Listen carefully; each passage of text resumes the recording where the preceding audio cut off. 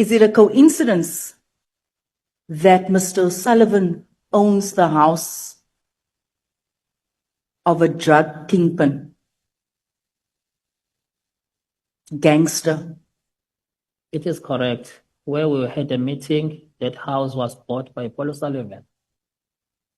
Do you know what is so scary?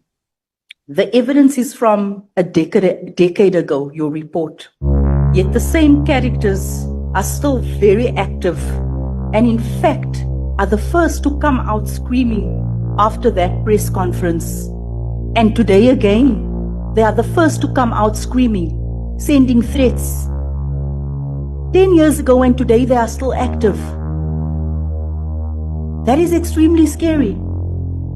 And I ask myself, you formed a task team, and today we're all supposed to be clapping for a swimming fish. You formed a task team, you knew what you were doing, and you went to the home where bodies were found in bathrooms.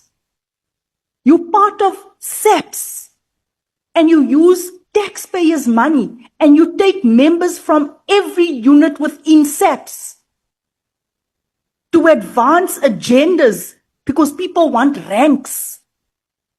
Is that fair on South Africans? Is that the right way to deal with matters that compromises our safety in this country? And then you say, I had an aha moment and then I stepped away. Do you know these people embroiled, these people that you were sitting around this table with? They've been feeding drugs to our communities. And I'm not saying this from hearsay. This is how serious this is. And it's scary to think that Mr. O'Sullivan is sending messages right now in this committee, compromising all of these members in this committee.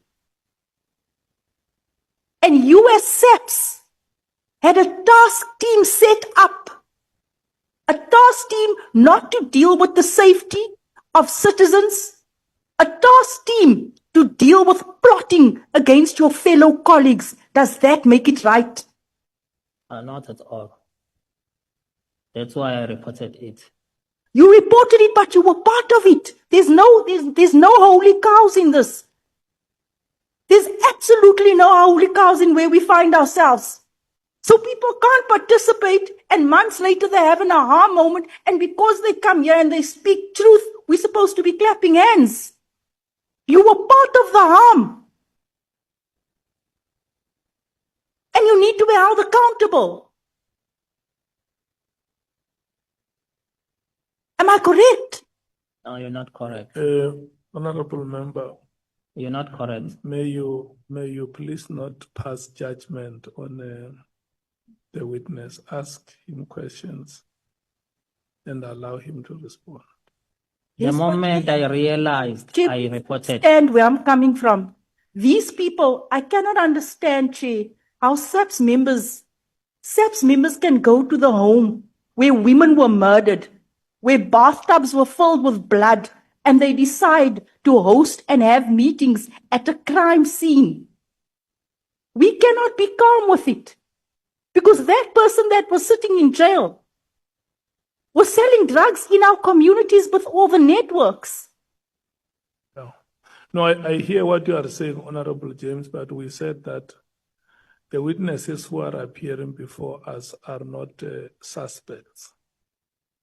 They are having a conversation with us as a committee to help us realize the objectives that we have agreed on in the terms of reference, the 4 pillars. I agree, they're But- not suspects, but even Yeah. if they're not suspects, That- Chair, sometimes they are enablers. Let me conclude this.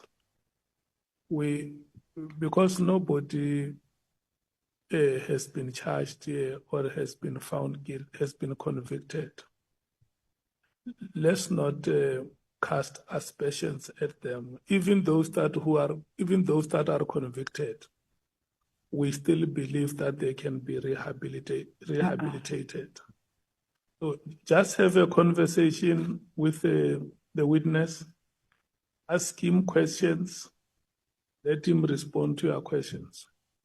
Chair, you need to understand where we're coming from and when we say we are the voice of South Africans.